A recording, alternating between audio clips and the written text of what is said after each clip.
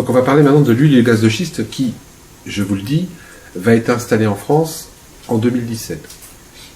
C'est-à-dire qu'aujourd'hui, les partis politiques, que ce soit les partis politiques de droite ou de gauche, en 2017 vont accepter l'exploration et l'exploitation de l'huile et du gaz de schiste en France. Pour ceux qui ne savent pas tout à fait ce que c'est, je vais quand même vous faire une petite explication de 2 minutes. Tout le monde comprend ce que c'est que la fracturation. Je vais vous expliquer. Donc c'est, vous voyez, de l'ardoise.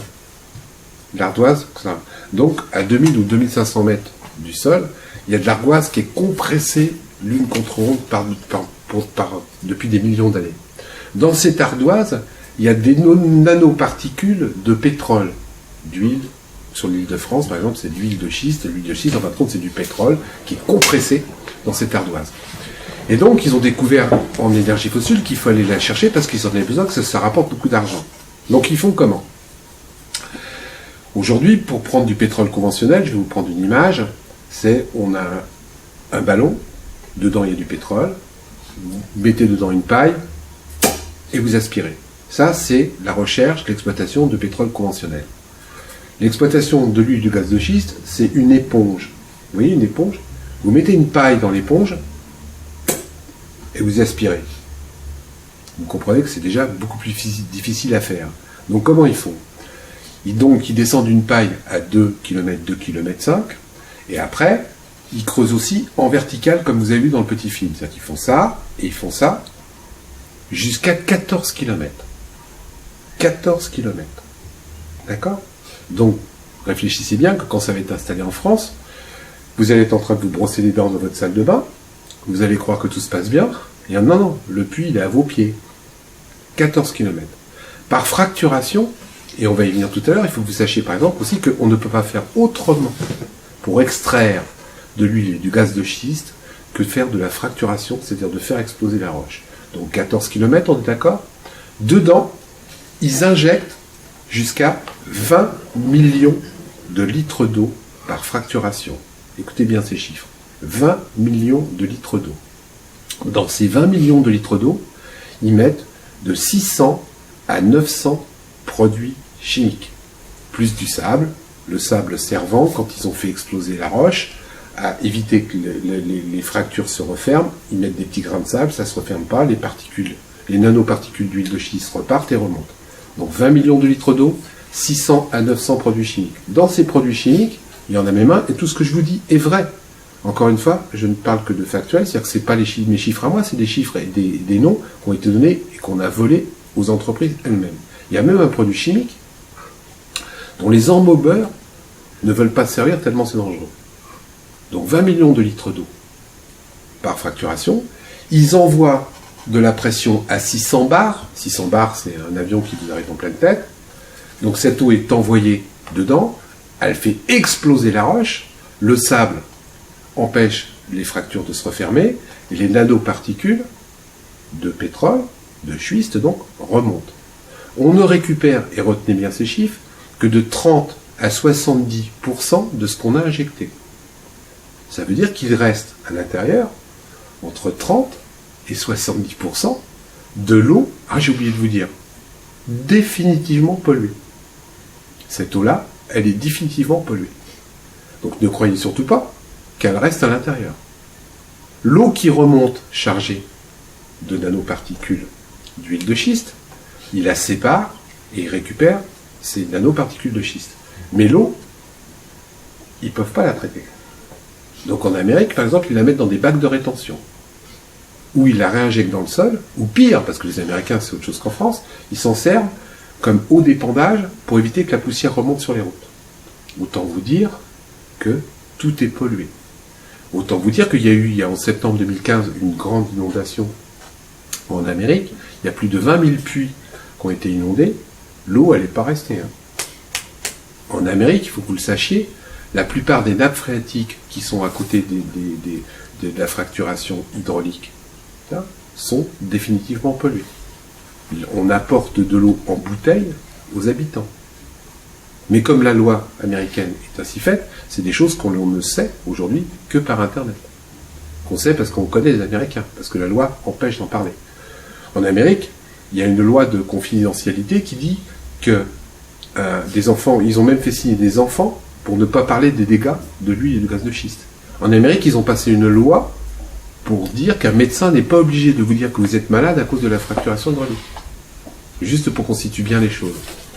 Donc là, on parle seulement de la façon. Donc 20 millions de litres d'eau, vous notez, 600 à 900 produits chimiques, qui restent donc dans le sol, et il peut faire jusqu'à 10 fracturations par puits, en étoile. Ça fait donc 220 millions de litres d'eau définitivement pollués par la fracturation hydraulique et les produits qu'ils mettent dedans. Et même si on vous dit en 2017 qu'on va s'occuper de l'eau, c'est un mensonge. Il y a 2 mensonges qu'il faut que vous reteniez. Un, on ne peut pas faire autrement que de faire de la fracturation hydraulique pour extraire ces produits. Tout autre procédé qu'on vous annonce est un mensonge. C'est simple à comprendre. Hein. Roche compressée, 2 millions d'années, la seule façon d'extraire, c'est de la faire exploser. Exploser, c'est fracturation.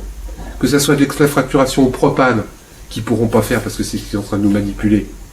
Parce que de toute manière, le propane, ça coûte encore plus cher, donc c'est moins de profit, donc ils ne le feront pas. Plus les lois qui interdisent de trimballer du propane n'importe quoi en France. Ou la fracturation à l'électricité, qui n'est même pas encore au point et qu'ils ne le feront jamais. Donc de toute manière, ça sera de la fracturation hydraulique avec de l'eau. Parce que c'est le seul truc gratuit qu'ils ont, qui coûte pas cher, qu'ils peuvent injecter pour pouvoir récupérer un maximum de produits. Donc il n'y a pas d'autre système que la fracturation, c'est le premier point. Le deuxième point, l'eau qui est injectée ne peut pas être retraitée. Elle est définitivement polluée. Et même si elle pouvait être retraitée, hypothèse de travail, ils ne le feront pas. Vous savez pourquoi? Parce qu'ils perdraient des profits. Donc si jamais ils s'amusent à retraiter la flotte pour la rendre potable, ce qui est complètement improbable, ça coûterait tellement cher que de toute manière l'opération serait plus rentable. Donc ils ne le feront pas. Problème, c'est qu'ils vont le faire en France. Problème, c'est que malgré la loi qui a été votée, les lobbying français sont en train de travailler pour qu'en 2017, quel que soit le gouvernement, on autorise l'exploration et l'exploitation de l'huile et du gaz de schiste en France. Aujourd'hui, les pétroliers, que ce soit en Ardèche, que ce soit en Seine-et-Marne, que ce soit dans l'Essonne, sont en train d'installer le matériel pour que tout soit prêt en 2017. Personne ne s'en rend compte, nous sommes quelques-uns au sein des collectifs à le savoir. Donc préparez-vous, parce que cette histoire de fracturation hydraulique et d'exploitation d'huile et de gaz de schiste, c'est 600 à 700 ans de pollution de nos terres. Pour quelque chose qui en plus n'est pas pérenne. Parce qu'à la limite, je ne suis pas rupture. On me dit c'est pas dangereux, on me dit ça va féliciter. Ok. Mais l'exploitation d'un puits d'un gaz de schiste, ça ne veut dire que 10 ans. Au bout de 10 ans, il n'y a plus rien dedans. Donc à quoi ça sert de nous obliger encore à utiliser des énergies fossiles alors qu'on ne travaille pas sur des énergies renouvelables? Je vais expliquer comment ça se passe un puits. Vous connaissez et c'est pour ça qu'ils en font de plus en plus. Madoff, ça vous parle? La pyramide de Ponzi. Bon. Et bien donc l'exploitation de l'huile de schiste, c'est à peu près la même chose. Parce qu'il faut que vous sachiez qu'un puits qui est exploité, au bout d'un an, ça perd 65% de son débit. Pour une image, vous prenez une bouteille de coca, fermée, vous la secouez, vous ouvrez. Mais une fois que ça fait et bien l'exploitation d'un puits d'huile et de gaz de schiste, c'est la même chose. La première année, ça jette beaucoup. Au bout d'un an, ça perd 65% de son débit. Sauf que ces gens-là, ils veulent continuer à gagner de l'argent. Donc c'est pour ça que vous avez vu des endroits aux États-Unis où il y en a partout. En France, ils vont quasiment être obligés de faire la même chose, sauf qu'ils pourront le faire un petit peu moins. C'est pour ça que par exemple en Seine-et-Marne, ils ont essayé d'installer 40 puits. Dans l'Essonne, ils ont essayé d'installer 17 puits, qui disent conventionnels pour l'instant. Ça, c'est le premier point. Donc il faut en faire de plus en plus, et ça ne dure que 10 ans. Donc pourquoi le faire? 2, on nous raconte que ça crée de l'emploi. Parce que c'est comme ça qu'on va vous manipuler, hein, en vous disant ça va créer de l'emploi, etc., etc. C'est pas vrai. Un puits, en Amérique, c'est vrai. Vous avez vu derrière les images, c'est des grandes étendues. Donc il a fallu faire des routes, il a fallu faire des maisons, il a fallu faire des bars. Dans les bars, il a fallu faire venir des putes. Oui, ça a créé de l'emploi, là-bas. Mais nous, on a déjà tout ça en France. Donc on n'aura pas besoin de créer les routes, les bars, etc., etc. Donc ces emplois, ne les comptons pas et arrêtons de nous manipuler avec. Les seuls emplois que créent ces exploitations et d'huile de schiste, c'est des emplois de vigiles.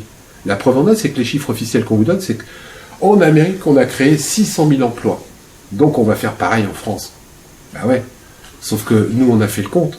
Il Il y a 500 000 puits en activité. 600 000 divisé par 500 000, ça fait combien?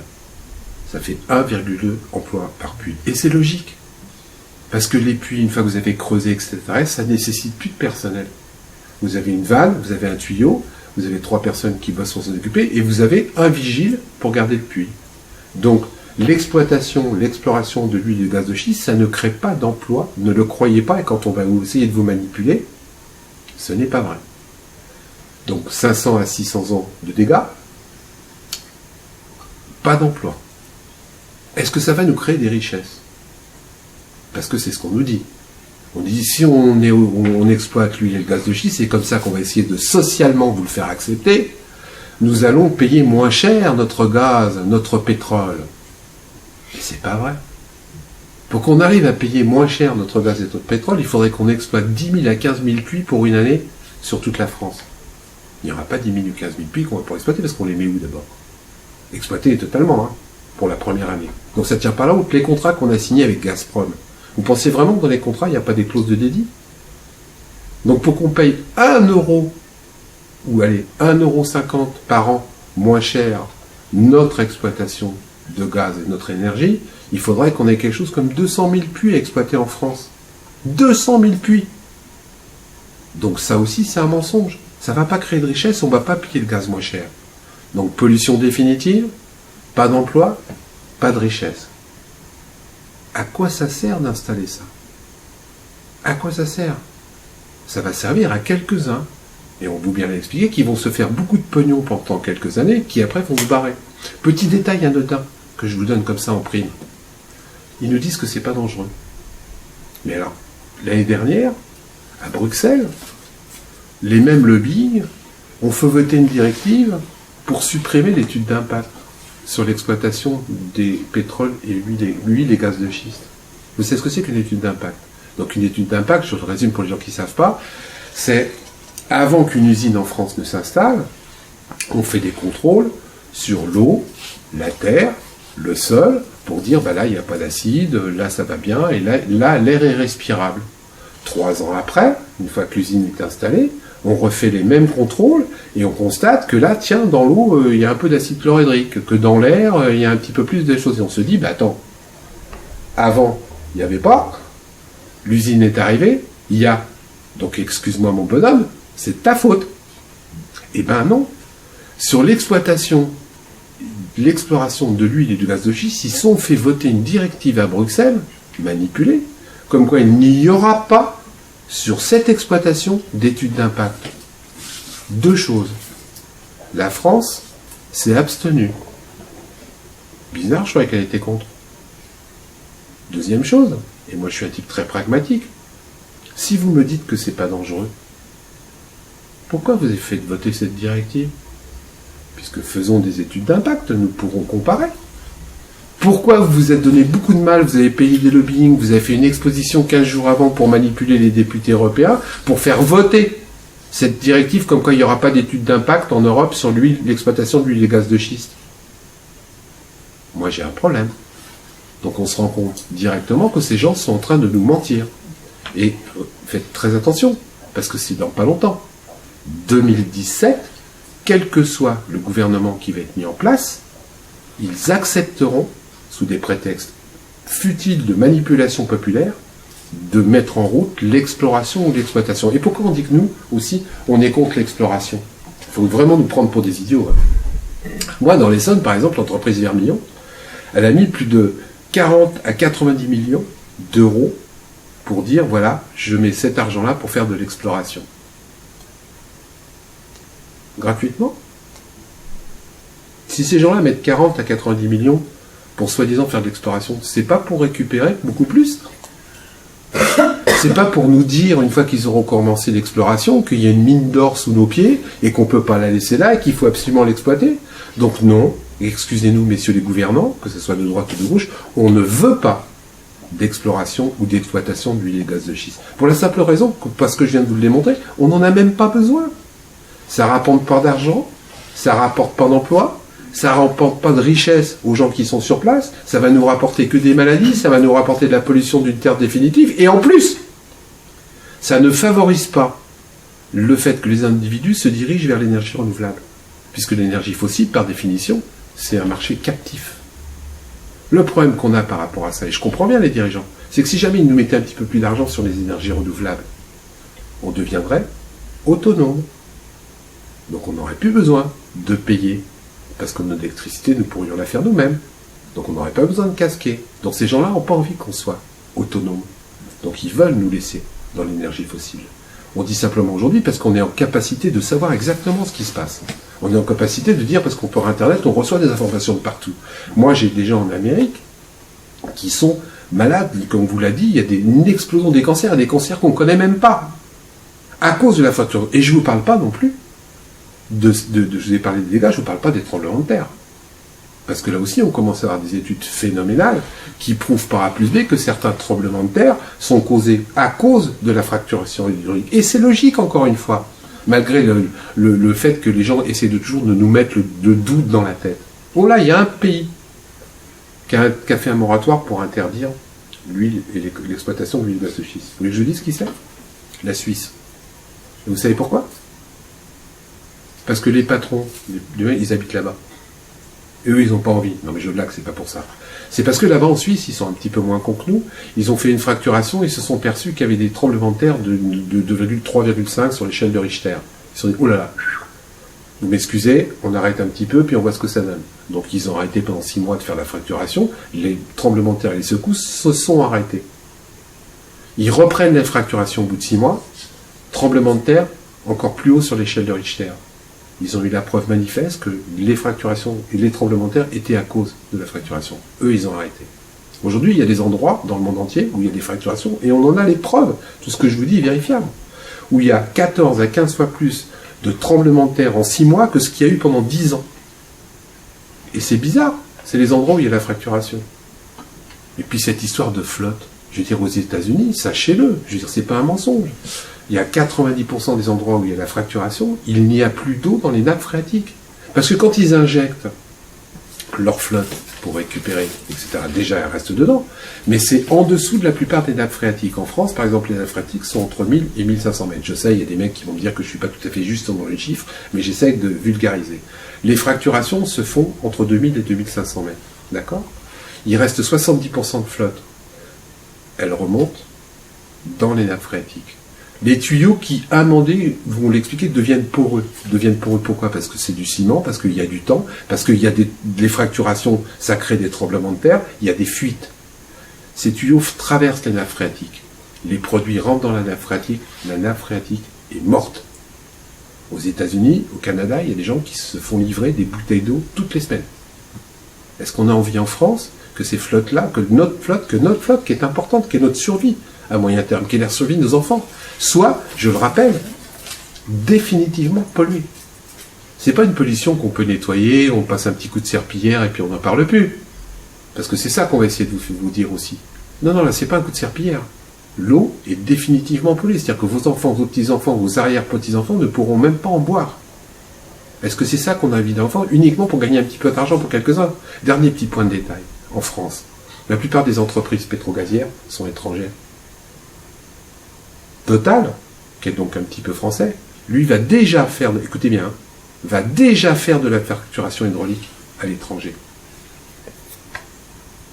Total, qui est donc une entreprise plus ou moins française, qui normalement respecte la loi en France, comme quoi la fracturation hydraulique est interdite depuis la loi qui est passée en octobre, confirmée par le Conseil d'État à 11 octobre. Et bien Total fait de la fracturation à l'étranger. Moi j'ai du mal à comprendre que ce qui est valable chez nous ne soit pas valable ailleurs. Nous on est en relation avec des Tunisiens, avec des Algériens qui nous écrivent. Les mecs ils nous écrivent un truc vachement simple. On n'a déjà pas d'eau pour boire. On n'a déjà pas d'eau pour boire. Et ces gens-là, ils nous polluent 220 millions de litres d'eau par fracturation. Mais ils sont fous. Maintenant, ils ne sont pas fous, ils font du profit. Mais je me dis, si Total, aujourd'hui, fait de la fracturation à l'extérieur, comment ces gens-là ils peuvent être contre un jour ou l'autre qu'on le fasse en France? Et je parlais tout à l'heure des entreprises étrangères. Le problème que j'ai aussi par rapport à la fracturation hydraulique, c'est qu'on autorise des entreprises américaines, canadiennes, comme Vermillon, Eswal, etc., à venir fracturer et explorer chez nous. Mais ces gens-là, dans 10 ans, quand ils auront fini, qu'est-ce qu'ils font? Vous avez vu, machin? ils rentrent chez eux.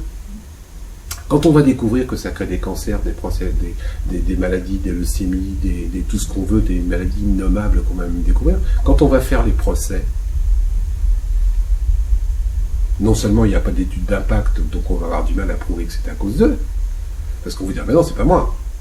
Non, c'est pas les facturations, monsieur, c'était là avant. Ouais, là, non, le cancer que vous avez, monsieur, c'est pas à cause de la facturation. Vous avez bu de l'eau, mais c'est à cause, comme ils le disent, c'est un truc naturel qui est arrivé, ou c'est de petites usines françaises à côté. Déjà, on va avoir du mal. Mais en plus, quand on va faire les procès, il va falloir les faire dans leur pays. Donc, prendre des avocats pour traduire les machins. C'est tout bénef pour ces gens-là. Nous, on dit simplement, au niveau des collectifs nationaux anti-huile et gaz de schiste, c'est ni ici, ni ailleurs, ni maintenant, ni demain. On n'en veut pas aujourd'hui, on n'en veut pas demain. Parce qu'avec tout ce que je viens de vous expliquer, ça ne sert à rien. Pas d'emploi, pas de richesse, rien. Rien. Vermillon, que je connais bien puisqu'elle est dans l'Essonne, elle a un petit siège social, entre guillemets, dans l'Essonne. Vous savez combien il y a de personnes au siège social? Enfin, c'est pas le siège, leur siège, 4. 4. L'entreprise Vermillon sur toute la France, c'est 380 personnes, sous-traitants compris. Sous-traitants compris. Et ça crée de l'emploi. Quelle est la redistribution de richesse pour les gens? L'argent qu'on va donner aux communes, parce que c'est comme ça qu'on va vous dire, vous avez grâce à ça, vous aurez un petit peu d'argent, ouais. Mais après, quand il va falloir réparer les routes, quand il va falloir pas désamianter, mais désempoisonner les sols, ça va nous coûter combien pour le petit pognon qu'ils vont nous donner au niveau des communes? Quand les gens, on va falloir les traiter pour leurs maladies, ça va nous coûter combien pour le peu d'argent qu'ils vont donner aux élus? Parce que là, je m'adresse aux élus aussi. Il faudrait que les élus soient un petit peu conscients et connaissent leur dossier.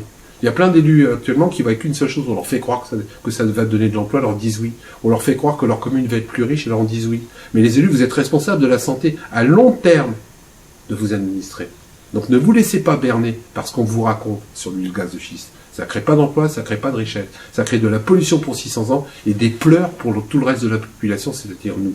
Donc on le dit simplement, en 2017, monsieur le président de gauche ou monsieur le président de droite, ayez un petit peu de coronesse, comme on dit, et dites non à cette énergie fossile qui n'est ni intéressante socialement, ni intéressante politiquement pour tous les Français. Merci de votre écoute. Si vous avez des questions, je suis prêt à y répondre, je les fais court. Vous avez tout compris là par rapport à ça? Je n'ai pas oublié quelque chose? C'est vraiment une grosse daube, et préparez-vous à prendre les armes, parce qu'en 2017, c'est clair, ils vont l'autoriser. Voilà, c'est intéressant parce que la question c'est que pour s'opposer, comme pour les OGM qui sont rentrés en France et à travers l'Europe, il faut l'unanimité des 28 commissaires non élus. Quelle est la solution?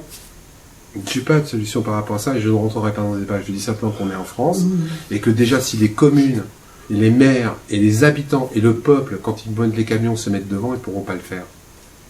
Donc commençons déjà par trouver des solutions sur le terrain, c'est-à-dire en refusant complètement que ces gens-là viennent s'installer, en allant voir le maire de votre commune, qui ponde des arrêtés pour interdire, que le maire de votre commune refuse que l'exploitation d'huile et gaz de schiste s'installe sur la commune. Déjà ça, on va gagner. Après, montons les marches d'escalier une par une, et ne les montons pas trop vite, parce que si on monte les marches d'escalier trop vite, on se casse la gueule à un moment donné. Donc le véritable et le premier personne, etc., c'est votre élu de quartier, c'est votre élu de commune. Lui dire allez le voir et le convaincre que ce truc-là, sinon, parce qu'ils vont venir le voir, ils vont l'inviter à déjeuner. Ils vont l'inviter à déjeuner dans un bon restaurant. Ils l'ont fait, moi, sur mon département. Sur mon département, l'entreprise Vermillon, elle a fait des réunions secrètes dans un hôtel qui s'appelait Vinci. D'accord? Elle téléphonait des élus, elle n'envoyait même pas. Et moi, je me suis infiltré sous un faux nom à la 3e réunion. À la 3e réunion. Et ils ne savaient pas qui j'y étais. Et j'ai écouté ce qu'ils disaient. Donc là, j'étais là, ils ne peuvent pas dire autant. Et j'ai entendu les patrons de Vermillon proposer aux luttes, dire, vous inquiétez pas, c'est dangereux, c'est pas dangereux, on va créer de l'emploi. Et après, ils ont dit, mais si vous avez besoin d'argent sur votre commune, il n'y a pas de problème, on peut vous en prêter pour 5 ans. Moi, j'ai été élu, je sais ce que ça veut dire. Quand tu commences à prendre du pognon pour payer ton petit terrain de foot sur la commune, pendant 4 ans, t'es niqué. Donc je dis aux élus, n'acceptez aucun argent de ces gens. Là, on a prouvé aussi sur notre département que les élus, ils sponsorisaient le club de foot, ils sponsorisaient les pompiers, ils en donnaient de l'argent pour l'école. Mais donc, comment on peut accepter de l'argent de ces gens-là? Parce que si tu commences à accepter de l'argent de ces gens-là, il faudra que tu le rendes un jour ou l'autre. Donc n'acceptez aucun argent de ces gens-là. Nous, on a verrouillé notre problème sur le département, sur toute la France. Je dis aux élus, n'acceptez aucun argent de sponsor des pétrogaziers. Si vous commencez à mettre le doigt là-dedans, vous êtes mort. Et vos administrés un jour, vos enfants, parce que les élus des communes, sachez, ils ont aussi des enfants, ils ont aussi des petits-enfants. Quand vos petits-enfants commenceront à développer des cancers que vous ne connaissez pas, parce qu'il y a déjà ça aux États-Unis, vous pleurerez et vous serez responsable, parce que c'est vous qui aurez donné l'autorisation. Donc commençons à nous battre contre ça avec les élus de proximité. Le conseiller municipal, le maire de la commune, le conseiller départemental. Faites voter des motions comme quoi ces gens-là refusent que les pétrogaziers s'installent en France, qu'ils aillent faire leur saloperie ailleurs. Et encore, on n'est pas d'accord pour qu'ils le fassent ailleurs non plus. Mais tout du moins chez nous, il est hors de question que vous installiez cette industrie complètement polluante et qui nous apportera rien du tout. Ce sera surtout dans les milieux ruraux. Partout, sur toute la France. C'est dans les milieux ruraux, mais je peux vous dire qu'en Île-de-France, moi j'ai déjà répertorié 57 puits entre la Seine-et-Marne et l'Essonne. 57 puits. 14 km de long, d'accord, ça fait 28 km de circonférence, hein, c'est juste le rayon, et ils peuvent faire jusqu'à 10 fracturations. Donc l'ensemble du territoire. Et en plus, comme ils améliorent leur technique, pas pour faire du bien, pour faire plus de profit, je ne doute pas que d'ici peu, ils arrivent à descendre à 18 km, 20 km. Mais par contre, je le répète encore une fois, c'est définitif. Une fois qu'ils ont fait ça, ça va être l'industrie de trop. Moi, je dis attention, cette histoire d'huile et de pétrole-schiste, c'est le sida de la terre du 21e siècle. C'est fini. Une fois qu'on l'a chopé, on ne peut plus s'en débarrasser. C'est irréversible. Les nappes phréatiques sont définitivement polluées. Il reste 70% des produits de merde qu'ils injectent à l'intérieur. 70%. Et ils nous disent, vous savez, comme la petite publicité, c'est la taupe, ils vont refermer le chocolat, puis on n'en parlera plus. Ils nous disent, mais non, ça va rester en bas, vous inquiétez pas, ça ne remonterait pas avant 600 ans, c'est pas vrai, ça remonte tout de suite. Et au départ, ça fait des dégâts, après ça arrive dans l'herbe. Les vaches bouffent ça. Nous, on mange les vaches derrière, on mange les poules, on mange les œufs. Et c'est fini, ça fait une pollution, mais énorme. On ne sait même pas, parce qu'ils ne contrôlent même plus là-bas. Ils maquillent pour l'instant. Ils ne contrôlent pas. Pour l'instant, ils se contentent, mais ils font signer à des enfants, ils font signer des clauses de confidentialité. C'est-à-dire que les enfants, ils signent un papier, on leur donne 1000 $. Alors on dit aussi que ça rapporte de l'argent. C'est vrai, mais c'est vrai. C'est vrai que le propriétaire américain là-bas, quand il loue son terrain, il gagne 10 000 $ par mois. Ok. Il gagne 10 000 $. Et on vous dit que ça. Ce qu'on oublie de vous dire, c'est que sa maison qui valait 500 000 $, elle vaut plus rien. Donc ça aussi, c'est un marché de dupes. On vous donne l'information comme quoi les gens font fortune grâce à ça, mais on oublie complètement de vous expliquer que leur baraque qui est juste à côté, elle vaut plus rien. Donc 10 000 $ d'un côté, 500 000 $ perdus de l'autre côté. C'est un marché de dupes. Monsieur ? Oui, mais en haut de la pyramide, ils sont tous acquis à la cause, parce que finalement, ça va faire marcher d'autres industries. C'est ça. Ça va faire marcher les industries phytopharmaceutiques pour nous soigner. Mais c'est un bonheur. Ça va faire marcher les vendeurs d'eau. C'est ce qu'on dit. L'eau, ça va être une guerre, la guerre du C'est ce qu'on dit souvent dans les conférences. Il y a des métiers qui vont gagner du pognon, hein, les hôpitaux, les pharmaciens et les croque-morts. Ça va être un bonheur. En sachant que le PIB, c'est pour eux, la mort est très bon. Mais nous, on a fait un essai, parce qu'on est quelques-uns dans le monde entier à ne pas être d'accord. On a pris des petites bouteilles d'eau avec de l'eau de fracturation. Et dans toutes les réunions, on rencontrait des patrons qui nous disaient que c'était pas dangereux, on leur donnait boisant. Après qu'il ait parlé, hein. Après. Je sais pas pourquoi, il y en a aucun qui a voulu boire. Aucun. Zéro. Mais moi, je dis simplement encore une fois, si tu me dis que c'est pas dangereux, pourquoi toi, t'en bois pas ? Moi, je suis prêt, et je le dis, hein, je prends les enfants de ces gens-là 3 mois chez moi. Gratuit. Et je les nourris aux produits qui sont à côté des usines, et je leur donne de l'eau gratuitement des usines à leurs enfants. Pendant 3 mois, gratos. Il n'y en a aucun qui veut me prêter ses gosses. Mais c'est bien, parce que c'est pas dangereux. Faites-le. Parce que ces gens-là, ils habitent pas à côté, eux. Hein. Ils habitent toujours loin. Hein. En Suisse, là où ils ont interdit le moratoire, ils ont tous leur maison de campagne là-bas. Moi, la question que je me pose, c'est, puisque bon, c'est par fracturation hydraulique, oui. On est d'accord, ils la prennent où, l'eau ? Ah ben, ils la prennent dans les rivières, ils la prennent déjà dans la nappe phréatique. Oui, mais est-ce qu'il y a autant d'eau que ça en France ? Parce que je sais pas, on n'arrête pas de nous dire qu'il y a vraiment des problèmes. Mais il n'y en aura pas pour eux. Des nappes phréatiques. Ils ont même ceci. Moi, je sais personnellement, par exemple, ça fait 5 ans que j'habite dans la région. Au début, je buvais l'eau du robinet. jusqu'au jour où un jour j'ai mis de l'eau dans une casserole, l'eau, je l'ai oubliée, elle s'est évaporée, je me suis retrouvée avec 100 bas. J'ai dit, putain, c'est quoi ce truc blanc? Depuis, je ne bois plus d'eau. D'eau du robinet. Ouais, je comprends. Donc déjà, on n'en est pas... Il n'y a pas eu de gaz de schiste pour le moment. Et on en est déjà là. Donc au niveau déjà des nappes phréatiques, il y a déjà un problème, même au niveau, même naturellement, entre guillemets. Quoi. On commence à avoir des endroits où on manque de flotte. Donc ils vont la sortir d'eau. Mais ils vont la sortir de ces endroits parce que ces gens-là s'en foutent. Non, mais après, il faut la donner à la population, puisque l'eau, ça sera pollué, il y aura des gens, machin, etc. Oui, d'accord, des bouteilles, mais l'eau des bouteilles, ils la prendront. Ah, mais ils la prendront d'ailleurs, il y a quelques endroits, ça va coûter de plus en plus cher. C'est un marché énorme, ça va être un marché énorme, l'eau. Ça va être un marché énorme. Ça va être un marché énorme, là. Ça l'est déjà, quand on voit le prix de l'eau, actuellement. Mais c'est justement pour ça qu'on dit que c'est une folie, et on vous l'a bien expliqué dans le petit film, c'est une folie de détruire les nappes phréatiques existantes déjà. Et c'est ce qui se passe aux États-Unis, c'est ce qui se passe au Canada, et c'est ce qui se passera chez nous. L'eau est définitivement polluée. Et de toute manière, même, je vais vous dire en plus, parce qu'ils vont bien nous dire un jour qu'ils n'utilisent pas la flotte. D'accord. De toute manière, les produits qu'ils vont envoyer dedans, il y a quand même 70% qui restent. Donc de toute manière, ces produits-là, quand ils vont remonter, ils pollueront quand même la flotte. C'est QFD. Là, il y a 220 millions par puits d'eau qui est définitivement polluée. On est d'accord? Ils vont nous manipuler en disant, maintenant, on n'utilise plus de l'eau, hein. On utilise de l'air comprimé. Je vous dis n'importe quoi. Hein. Mais les produits chimiques qu'ils vont mettre dedans, et qu'ils sont obligés de mettre, en plus, ils sont obligés de les mettre, parce qu'il y a des rapports. Alors, je vais vous en donner une qui est géniale. Il y a un sénateur et un député en France, qui s'appellent Bataille et Lenoir, Pépère Bataille et Pépère Lenoir, qui ont fait un rapport intermédiaire pour dire comment ça. Alors, j'entendais que ce mec-là, l'autre Bataille, il est dans le Nord, il est complètement pour le gaz de couche, donc je peux vous dire qu'il est pour. Ils ont sorti un rapport en disant que les produits qu'on injectait n'étaient pas dangereux parce que c'était des produits alimentaires. Plus c'est gros, plus ils y croient. Plus c'est gros, plus ça passe. Et on vous le disait, hein, il y a des journalistes qui ont repris l'information. Hein, parce qu'ils ont distribué le rapport à des journalistes. Ils ont dit que c'était quasiment comme des barres chocolatées. Non, mais ils nous prennent vraiment pour des cons, quoi. Ils injectent à 2500 mètres des barres chocolatées pour récupérer des nanoparticules d'huile et de schiste. Ces gens-là me prennent pour des idiots, mais le problème c'est que plus le message est gros, plus on y croit.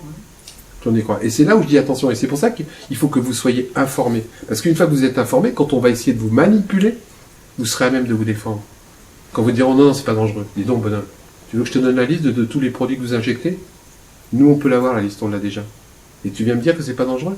Il y a des cancérigènes, il y a des neurotrucs, il y a des trucs paralysants, il y a de 600 à 900 produits chimiques. Et ils sont obligés de les mettre. Parce que s'ils ne les mettent pas, ça remonte pas bien, ça glisse pas bien, ils peuvent pas, etc. Donc ils sont obligés de les mettre. Tout autre discours est un mensonge. Tout autre. Et encore une fois, je le dis, mais rendez-vous compte, on n'en a pas besoin. On n'est pas des gens obtus si on nous prouvait que c'est pas dangereux. Moi, je dis pas non. Mais ils font tout pour nous masquer les choses. Ils font tout pour tricher. Donc quand les gens commencent à être opaques et commencent à tricher, je dis c'est pas normal. C'est pas normal. Pourquoi vous trichez comme ça? Pourquoi vous voulez pas boire l'eau dont vous me dites que c'est pas dangereux? Moi, j'ai le droit de la boire parce que vous me le dites. Mais vous la buvez pas parce que vous dites que c'est pas dangereux? Il y a quelque chose qui colle pas, quoi. Faut qu'ils arrêtent. C'est non. Je n'en veux pas. Le peuple français n'en veut pas. Le peuple français ne veut pas de cette dope qui va nous servir à rien, si ce n'est à polluer notre terre pendant 800 ans. On n'en veut pas. Ne rentrez pas, m'expliquez rien. On a toutes les preuves scientifiques. Ça s'est déjà fait ailleurs. Donc c'est pas des mensonges. On a vu ce que ça a donné. Donc pourquoi ça ne donnerait pas la même chose chez nous? Vous savez, rappelez-vous le nuage de Tchernobyl qui s'est arrêté à la frontière. Tout le monde l'a cru, hein. Rappelez-vous l'amiante. C'est pas vrai, l'amiante, c'est pas dangereux. C'est pas dangereux. On en est où aujourd'hui? Donc on arrête les discours, les débats, les scientifiques qui viennent nous raconter. Moi j'en ai connu un comme ça, sur une enquête publique. Il nous avait envoyé un géologue indépendant. Géologue indépendant. Payé par le gouvernement puisque c'était une enquête publique. Donc c'était le commissaire enquêteur qui avait été le chercher. Je ne sais pas pourquoi, on creuse un petit peu derrière, on fouille, on s'aperçoit que le mec il était payé par une société américaine et que dans cette société américaine, sur 10 actionnaires, il y en avait 9 qui étaient des pétrogaziers. Son discours, il était rassurant, le mec. Hein. Il était lénifiant. Bon, une fois qu'il était en public et qu'il a commencé à dire qu'il était indépendant, puis qu'après je lui ai sorti des preuves de où il travaillait, il était un peu plus mal. Il était un peu plus mal. Mais si j'avais pas été là pour dénoncer ça, les gens croyaient à son discours parce que c'était un géologue, donc quelqu'un d'important. quelqu'un qui a le pouvoir. Donc remettez en cause ce qu'on essaye de vous faire avaler, en vous disant que c'est pas dangereux, en vous disant que ça crée de l'emploi. On a toutes les preuves que ça ne crée pas d'emploi et que ça ne crée pas de richesse. Donc stop, je ne discute plus. Stop, je refuse de me laisser manipuler. Stop, je n'en veux pas et les Français n'en veulent pas. Donc messieurs les gouvernants, de droite ou de gauche, ne tombez pas dans le piège, parce que le peuple se réveillera. Aujourd'hui, sur l'huile et le gaz de schiste, entre guillemets, on n'est pas prêt à se laisser faire. Hein. Parce que les gens ont compris, les gens reçoivent par Internet des informations. Hein. Donc ils ont bien compris que c'était quelque chose d'innommable dont on n'allait même plus en sortir. Donc aujourd'hui, les gens se lèvent et se mettent devant les camions. Et pas avec un parti politique. Hein. Ils se mettent dans les camions uniquement par citoyenneté. Parce que de façon intelligente, entre guillemets, ils ont vu que ce truc-là, c'était la petite goutte d'eau chimique en trop qui allait les tuer. Donc les gens aujourd'hui, ils sont capables de dire non et ils disent non, on n'en veut pas. Monsieur ? Bonjour. Vous dites qu'en 2017, la loi va passer. J'ai pas tout à fait ça. J'ai dit qu'en 2017, ils allaient l'autoriser. Aujourd'hui, il y a plusieurs candidats. Et qu'on ne peut rien faire. Ah bah si. De gauche ou de droite, parce qu'il y a les élections présidentielles en 2017. Oui. Maintenant, est-ce que ça dépend des traités de l'Union européenne ou pas? Ah ben aussi, il y a le TAFTA derrière, il y a plein de choses. Il y a le TAFTA qui risque de nous coincer.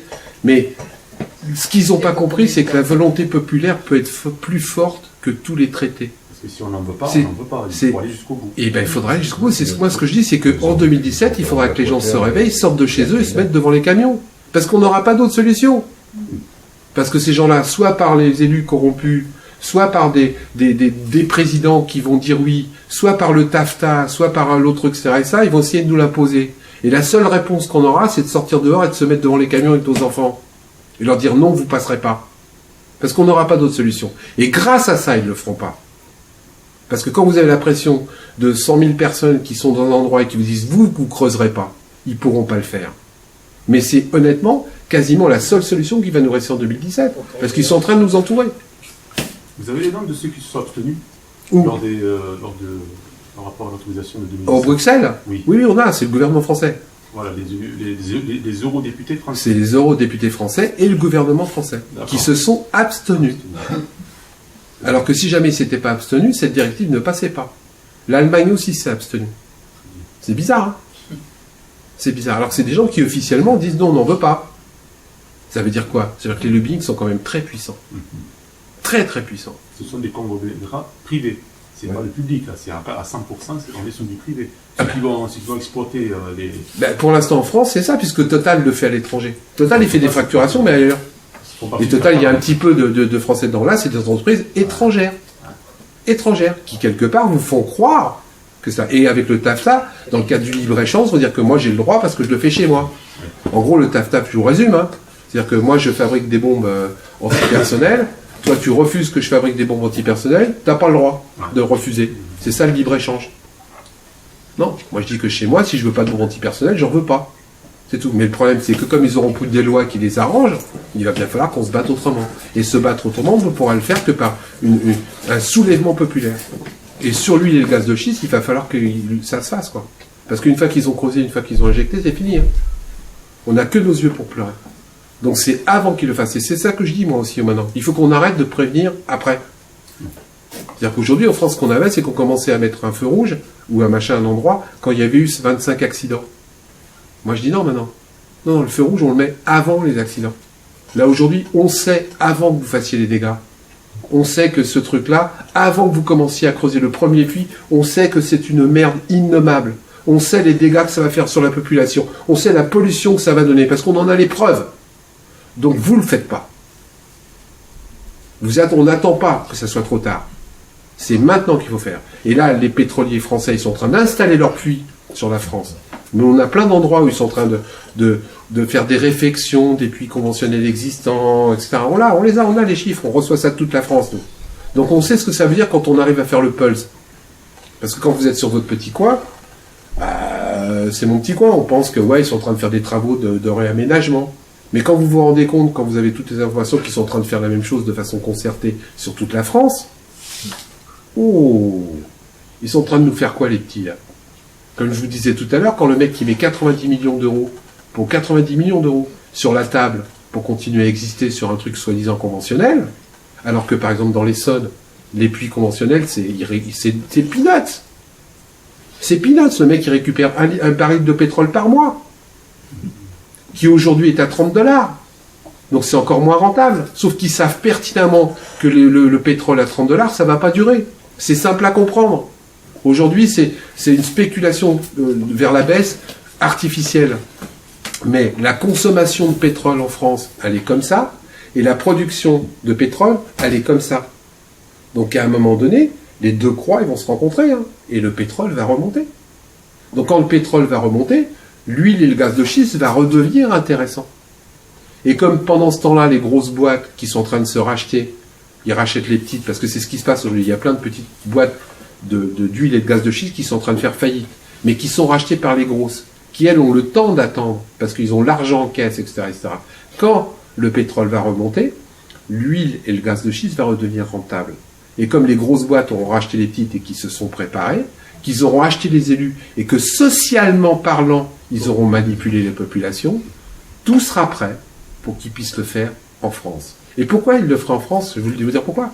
Parce qu'il y a quelques personnes qui ont des intérêts privés là-dedans. Il y a quelques élus, entre guillemets, corrompus, qui ont des intérêts pécuniaires là-dedans. Et c'est le seul moteur, la seule excuse pour pouvoir faire cette merde en France. Uniquement l'argent et le profit pour quelques personnes. Et ça, je vais vous dire, comme pour les pilleurs d'État, ça devient inadmissible. Ça devient intolérable. Que quelques personnes se permettent d'obérer la vie future de tous nos enfants et nos petits-enfants pour uniquement des histoires de pognon. Uniquement des dollars qui vont se mettre dans leur poche. Ça ne sera même pas dans la nôtre. Et ils vont nous laisser tous les pleurs. Ils vont nous laisser, eux, ils vont faire les profits et ils vont nous laisser tout le déficit. Parce que c'est comme ça que ça se passe. Hein. C'est-à-dire qu'eux, ils vont se taper tous les profits. Et par contre, tous les déficits derrière, les fuites de méthane, j'ai oublié de vous en parler. Il est prouvé aujourd'hui, c'est pas moi qui le dis, c'est des chiffres officiels. Hein. 8 à 9% de fuites de méthane par puits. Minimum. 8 à 9%. Le méthane, c'est un truc le plus dangereux pour l'effet de serre. Donc d'un côté, on se bat pour que la toilette est un peu plus propre, et de l'autre côté, on laisse ces puits-là, avec des fuites de méthane, qui vont encore faire un peu plus d'effet de serre. Rappelez-vous, là, depuis 3 mois, personne n'en parle. Plus personne n'en parle. Les puits qui fuient, là, dans je ne sais plus quel endroit, c'est des puits comme ça. Qu'il y a des fuites de méthane qu'ils n'ont jamais vu en 3 mois, ce qu'ils ont eu en 4 ou 5 ans. En Californie. C'est marrant, hein, on n'en parle pas beaucoup de ça. Mais on est en plein dedans.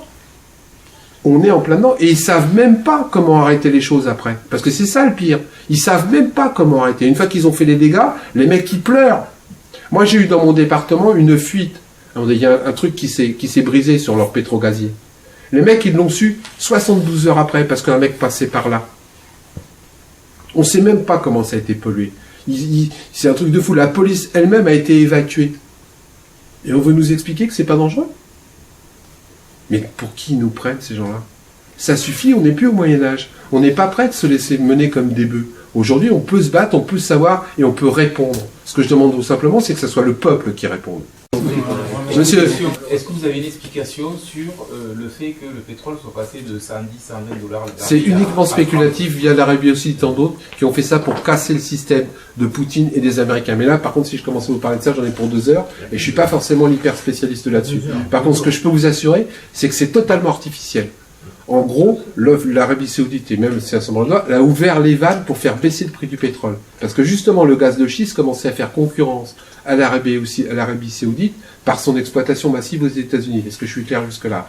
Donc la seule façon de casser l'huile et le gaz de schiste, et en plus de passer le Poutine qui essayait de faire un truc direct de gaz et d'huile en passant par l'Ukraine, c'était d'augmenter, d'ouvrir les vannes du pétrole. Donc en augmentant, en donnant beaucoup de réserves de ce qu'ils avaient, ils ont fait baisser le prix, ils ont cassé l'huile et le gaz de schiste. C'est uniquement, mais ça va remonter.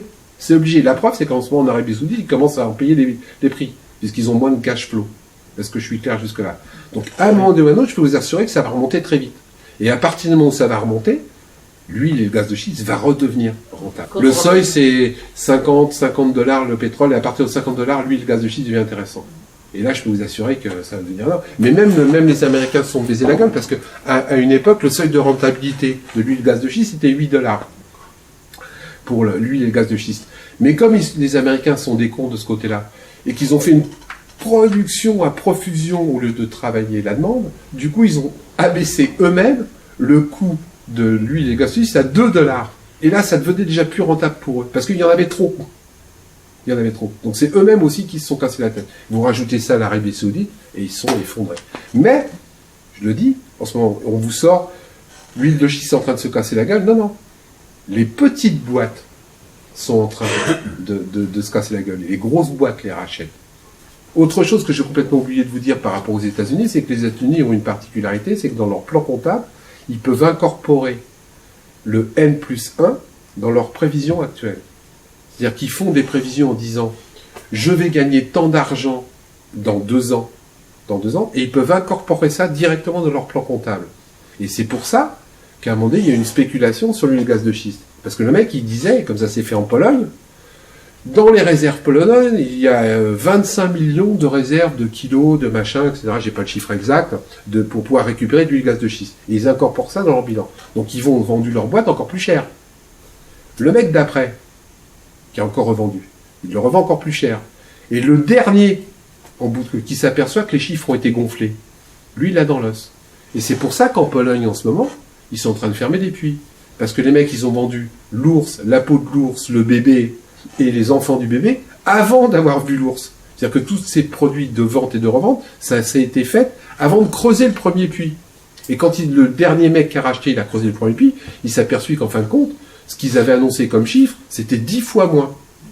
Donc du coup, lui qui avait basé tout le pognon qu'il avait versé, l'achat, sur les recettes, il s'est retrouvé avec un déficit. Et donc en Pologne, ils ont fermé plein de puits à cause de ça. Parce que ça, c'est un système américain. Un système américain, tu peux mettre les profits estimés dans ton bilan de l'année. Donc ça gonfle tes chiffres et tu as l'impression que ta société, elle gagne beaucoup d'argent. Mais c'est de l'argent virtuel. C'est ça, et qui n'est pas vérifié. Mais ça, c'est les lois américaines. Et donc avec ça, ils nous font croire que c'est merveilleux. Nous, on sait par exemple qu'en France, ils ont complètement surévalué la réserve d'huile et de gaz de schiste. Surévalué. Donc au lieu qu'il y ait 10 millions de tonnes, etc., ils ont dit qu'il y avait 100 millions. Ils s'en foutent, ça leur permet de venir le faire et d'appâter. C'est aussi simple que ça. Voilà. Mais est-ce que d'ici quelques années, on ne va pas avoir une autre source d'énergie quand même que le pétrole, quoi? Mais si on se donne les moyens, sauf qu'aujourd'hui on ne veut pas nous donner les moyens. Je vais vous donner un exemple.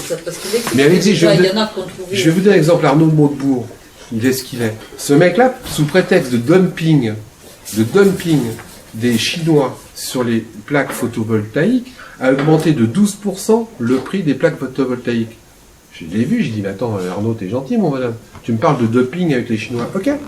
Mais pourquoi tu l'as pas fait pour les chaussures? Pourquoi tu l'as pas fait pour les jouets? Pourquoi uniquement sur les panneaux photovoltaïques? Qui fait qu'aujourd'hui, c'est plus du tout rentable pour les gens. C'est quoi? C'est de l'énergie renouvelable. Plus c'est cher, plus etc., moins tu as envie de l'installer, parce que moi, je veux bien installer de l'énergie renouvelable chez moi. Mais si je suis remboursé au bout de 25 ans, mon investissement, et qu'au bout de 25 ans, je suis obligé de racheter tout le matériel, etc., je ne le ferai pas. Pourquoi aujourd'hui on ne met pas de l'argent, des subventions réelles sur les gens qui installent de l'énergie renouvelable? Pourquoi Arnaud Montebourg, il a mis 12% d'augmentation? C'est bien que quelque part, ils ne veulent pas qu'on aille vers l'énergie renouvelable. Ils veulent absolument qu'on reste dans l'énergie fossile. Rappelez-vous ce que je dis, l'énergie fossile, on est captif. Captif. Et captif, ça veut dire que tu payes tous les mois. Ça veut dire que je suis obligé pour exister de passer par toi. Énergie renouvelable, non. Et je produis ma propre électricité, je fais marcher ma propre machine à laver, je peux après... Je suis obligé de la revendre à l'EDF. Parce que j'en ai trop, on est d'accord, mais ça ils ont même baissé. Parce qu'à une époque, on pouvait la vendre 30 centimes et puis c'était pendant 25 ans. Maintenant c'est 15 centimes et c'est pendant 10 ans. Je résume, c'est pas ça les chiffres. Mais volontairement, ils ont baissé pour que ça soit moins rentable. C'est pas le rôle des élus. Le rôle des élus, c'est au contraire de nous faire profiter d'un tas de choses au moindre coût. Et bien là, ils s'arrangent pour que ça soit de plus en plus cher. Quand on creuse un petit peu, c'est vraiment pas simple, difficile à comprendre. On a besoin d'être tenu, payer tous les mois à ces gens-là. Vous connaissez le pétrole abiotique? Le pétrole, on n'en manquera jamais. Le pétrole n'est pas une ressource limitée, c'est la terre qui génère le pétrole. C'est une théorie mais qui méritent vraiment d'être regardés de près. Mais ça change rien. Ça change rien. Parce qu'ils sont 10 mecs à commander. Donc de toute manière, qu'il y en ait en quantité limitée en plus, ou pas, ce qu'on oublie de dire, c'est qu'il faut un certain nombre d'années quand même dans la Terre pour le faire. Donc la ressource, à partir du moment où on l'exploite trop, elle s'use.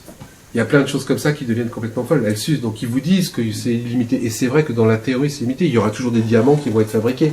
Sauf qu'un diamant, il faut plusieurs millions d'années pour le faire. Donc plus vous tapez dans le diamant, à un moment donné, il n'a pas le temps de se renouveler. Et c'est ce qui se passe aujourd'hui. Comme on accélère la consommation et qu'on accélère la masse de la consommation, à un moment donné, ça n'a pas le temps de se renouveler. On coupe des arbres, mais on ne les laisse pas repousser. Donc ok, il y aura toujours des arbres. Mais si on les coupe trop par rapport à ce qui repousse, à un moment donné, il n'y en aura plus. Sauf que ça, on oublie de vous le dire. Allez-y, consommez. Consommez. Ça, c'est les générations futures qui verront. Et aujourd'hui, on commence à, il y a des animaux qui n'existent plus.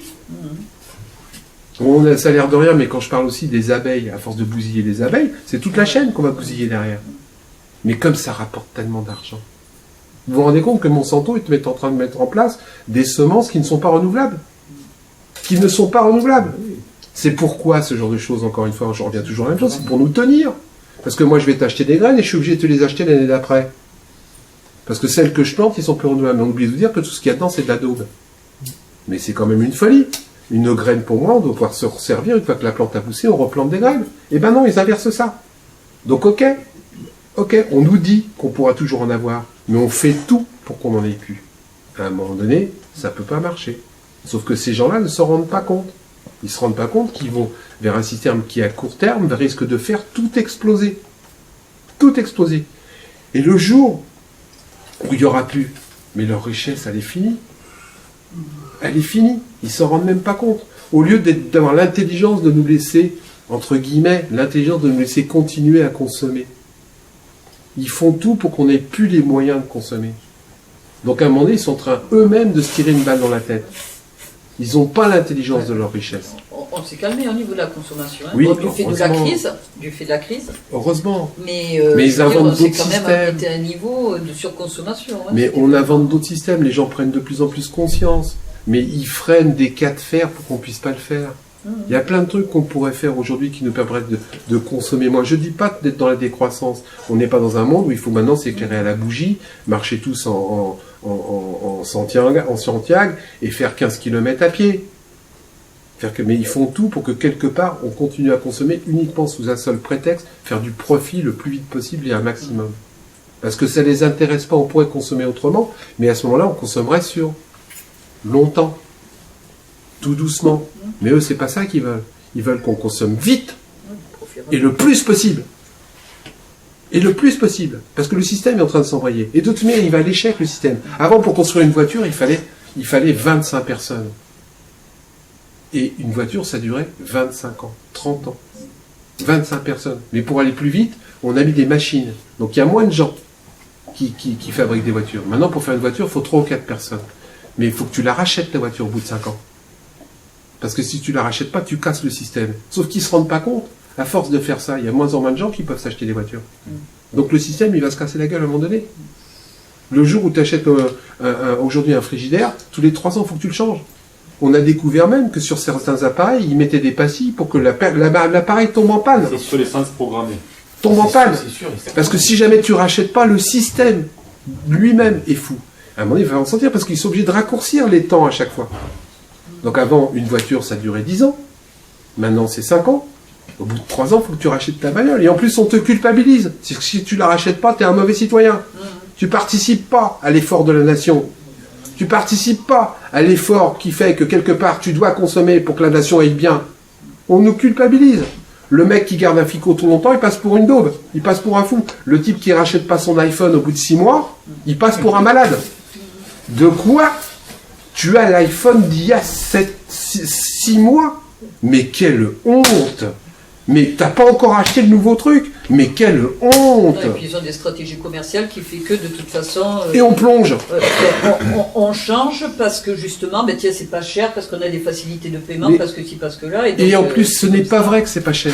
C'est très cher. Si vous prenez le problème des iPhones, ça coûte que dalle et ils nous les vendent 600 € en moyenne. 600 € en moyenne quand pour la nouveauté. Donc en plus, on les paye cher. Donc on est 2 fois con. Parce que, très honnêtement, moi je le dis à chaque fois, à quoi ça sert d'avoir une douche et une salle de bain sur son téléphone? Moi, tout ce qui m'intéresse pour un téléphone, c'est que ça marche et que je puisse téléphoner. À quoi ça sert tous les trucs multifonctions, les machins, les bidules, les trucs qui nous rajoutent à je sais pas quoi, pour nous faire croire que c'est mieux. Un téléphone, c'est juste fait pour téléphoner. À quoi ça sert? Il y a des trucs qui vont faire qu'on change aussi notre façon de fonctionner. Il y a des trucs qui sont bien. Aujourd'hui, je vois rien. Plus consommer. Ouais. Mais c'est là, on est dans un pays quand même où là aussi, je vous signale que pour aller faire caca, on utilise de l'eau potable. Il y a un moment donné où ça devient complètement fou, le système. Et nous, personne ne s'en rend compte. Pour faire caca, on utilise de l'eau potable. Est-ce que vraiment pour tirer la chasse d'eau, on a besoin d'eau potable? Sauf que tout le système a été fait comme ça. Mais c'est vrai que quand on fait caca dans de l'eau potable, à un moment donné, il faut la retraiter. Il faut qu'elle reçoit potable. Il faut la revoir. Et il faut la revoir. Ouais. Et puis ça coûte de plus en plus cher. Et ça coûte de plus en plus cher. Donc on est sur un système qui est complètement aberrant, où la seule fonction qu'on a, c'est consommer et surtout ne pas lire les étiquettes. Là, il ne faut pas lire les étiquettes, de moins en moins. Ah, mais le TAFTA va nous arranger ça. Complètement. Mais personne ne s'en rend compte. C'est un truc de fou, le TAFTA. C'est un truc de fou qui va nous...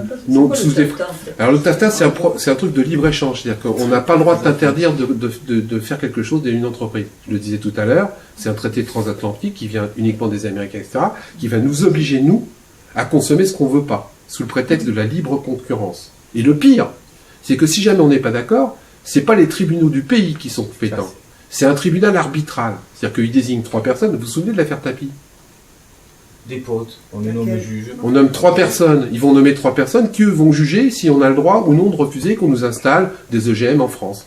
Par exemple, le TAFTA, si jamais on fabrique des OGM aux États-Unis, que les États-Unis veulent en fabriquer en France, on n'a pas le droit de refuser.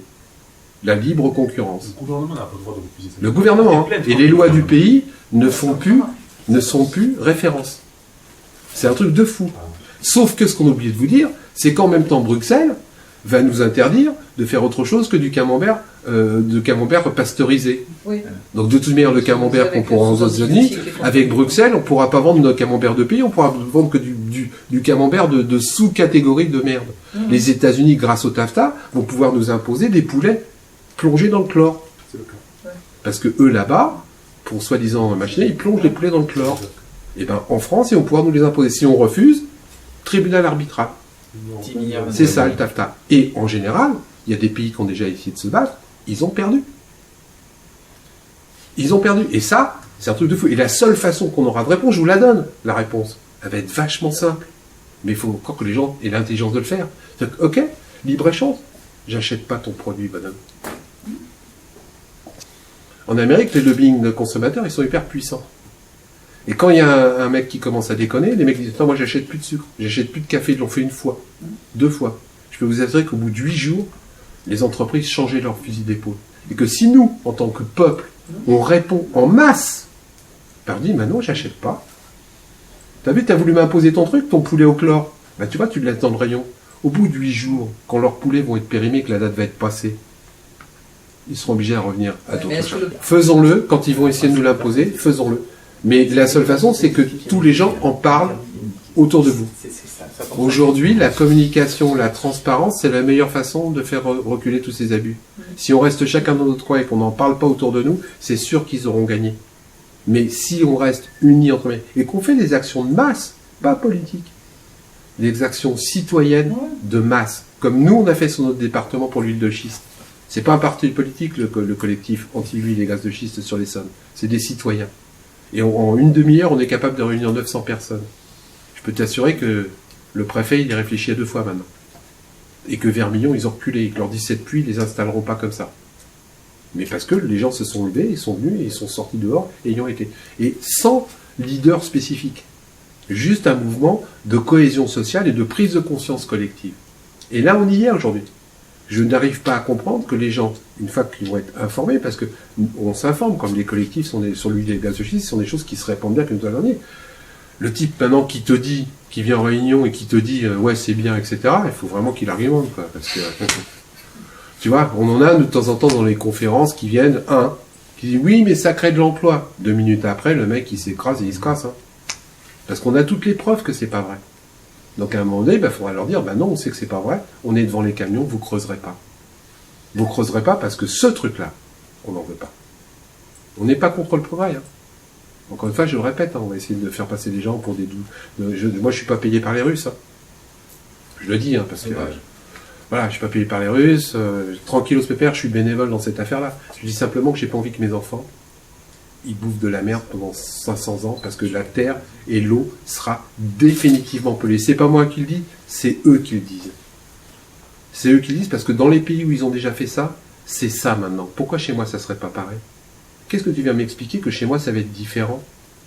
Si là-bas tu emploies les mêmes techniques, c'est les mêmes personnes, c'est des êtres humains, ils peuvent plus bouffer, ils mettent le feu à leur robinet, c'est du méthane, et qu'encore une fois là aussi on le démontre facilement parce que vous dites non c'est du méthane naturel. Ouais mais avant les fracturations il n'y avait pas ça. Avant les fracturations, le mec, quand il faisait ça sur son robinet, ça flambait pas. Donc c'est depuis qu'il y a les fracturations que ça flambe. Donc ça a beau être soi-disant du gaz naturel, donc c'est même pas vrai. C'est quand même à cause des fracturations qu'il y a ça. Donc ça, chez nous, on n'en veut pas. Je peux vous assurer que c'est grave. Hein. Renseignez-vous, rentrez chez vous, tapez sur Internet. Tapez huile et gaz de schiste, tapez Canada, tapez etc. Et vous allez voir le nombre de choses qui arrivent. Vous vous dites, mais c'est pas possible. Je barbe et je le dis dans mes conférences, il y a des vaches qui perdent leur queue là-bas. Ils savent même pas pourquoi. D'un seul coup, pouf, la queue tombe. Dans les endroits où il y a la fracturation. Donc les bêtes sont en train de changer physiquement. À cause de cette daube. Parce qu'en plus, ça descend du bête. Je vous dis pas tout, parce que j'ai pas le temps. Mais il y a des histoires de radium. Donc il y a du radium qui remonte. Il y a des molécules qui se mélangent en bas, à 2500 mètres. Ils ne contrôlent rien. Rien. Tout ce qu'ils contrôlent, c'est ce qu'ils récupèrent. Le reste, ils en ont rien à foutre. Rien à foutre. Et ça devient intolérable. Je dis que les gens qui construisent des choses comme ça doivent être responsables jusqu'au bout de ce qu'ils font.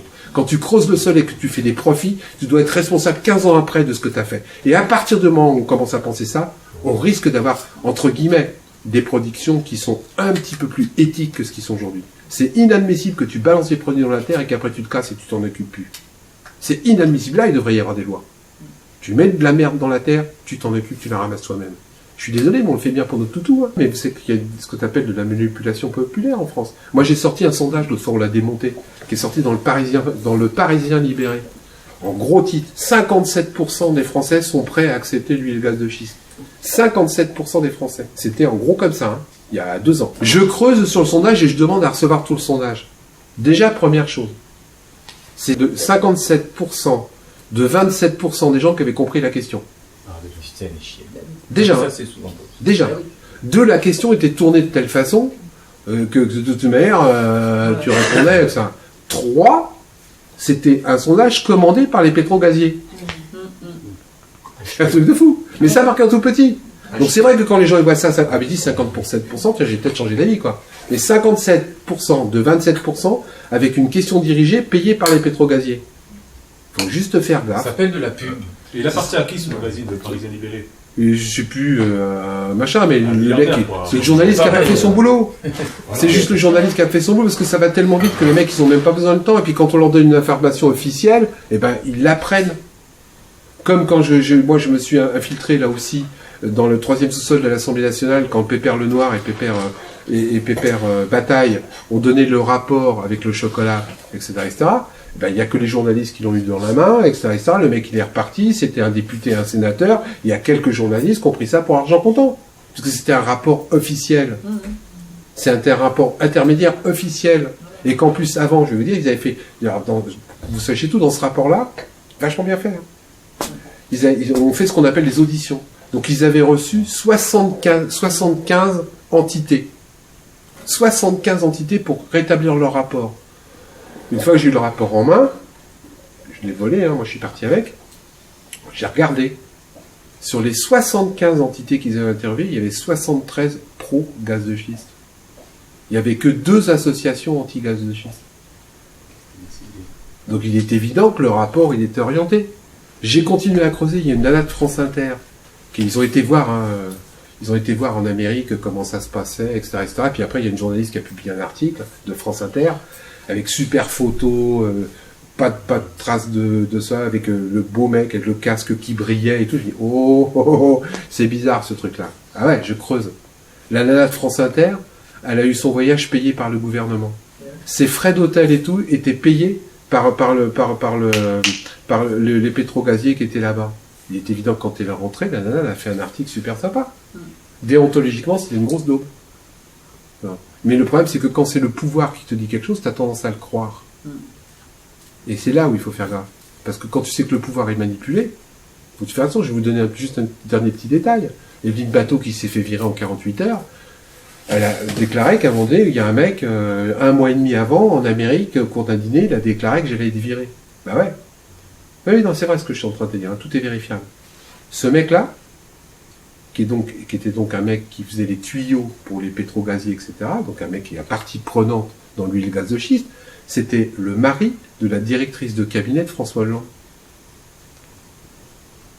Le mari de la directrice de cabinet de François Hollande, Madame Hubac, qui là vient juste d'être évacuée en douce. Donc la propre directrice de cabinet de François Hollande, c'est quelqu'un, une nana qui a affaire à partie dans les pros huile et gaz de schiste. Ça pose quand même des questions. Ça pose quand même des questions. Mais heureusement qu'aujourd'hui, on peut savoir. Heureusement qu'aujourd'hui, les gens sont de moins en moins des moutons. Aujourd'hui, que la petite secrétaire dans le ministère, elle nous fait passer des notes.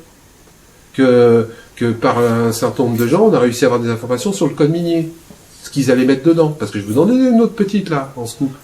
En France, le code minier, et qui date etc., par rapport en Amérique, le sol, il appartient à l'État.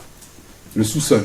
Le sous-sol. Donc on ne peut pas faire n'importe quoi à Marseille, et c'est la même chose. En Amérique, c'est pas ça. Le sous-sol, il appartient au propriétaire. Et bien dans le code minier, ils essayaient de passer une petite note. Petit alinéa, tout petit, hein, entre deux gros pavés cachés, où ils disaient que les maires des communes allaient avoir un droit de regard sur l'autorisation de forêt sur leur commune. Et ils mettaient ça, ils essayaient de mettre ça dans le code minier. Donc ils ouvraient la porte dans le code minier à ce que l'unité du sous-sol n'existe plus en France. Les maires, ils ont de moins en moins de pouvoir maintenant, oui, mais là, au profit des préfets. On est d'accord, mais il n'empêche que le maire, s'il dit oui... Il se l'a jeté, quoi. Ouais, il se laissait la possibilité de corrompre. Pas de corrompre, de sponsoriser, d'aider la commune. C'est le système de la loi Royer sur les grandes surfaces. Oui, aussi. Ça en fait le même partie. principe. Hein. Ça en fait partie, c'est à peu près le même principe. Qui, apparemment, est soi-disant une démocratisation du système. Je dis bien apparemment, mais quand on creuse un petit peu, ça enferme encore plus les gens dans des trucs qui sont basés uniquement sur le profit. Mais on vous l'annonce comme quelque chose de démocratique. Comme ce que je vous disais par rapport au bulletin de vote blanc, où il y a 2 ans, on vous annonçait l'avancée démocratique du comptage des bulletins de vote. C'est dans la presse, c'était une grande avancée démocratique. Non, il n'y a aucune avancée. Ils ont fait 2 colonnes. Une colonne pour les blancs, une colonne pour les nuls. Mais c'est pas pour ça que le pourcentage des bulletins blancs est compté. Donc c'est pas une avancée démocratique. C'est un abus de pouvoir. C'est un mensonge éhonté. Du foutage de gueule. Voilà. Je vais faire cut, hein, parce que sinon tu vas avoir 3 heures d'émission. Merci de m'avoir écouté.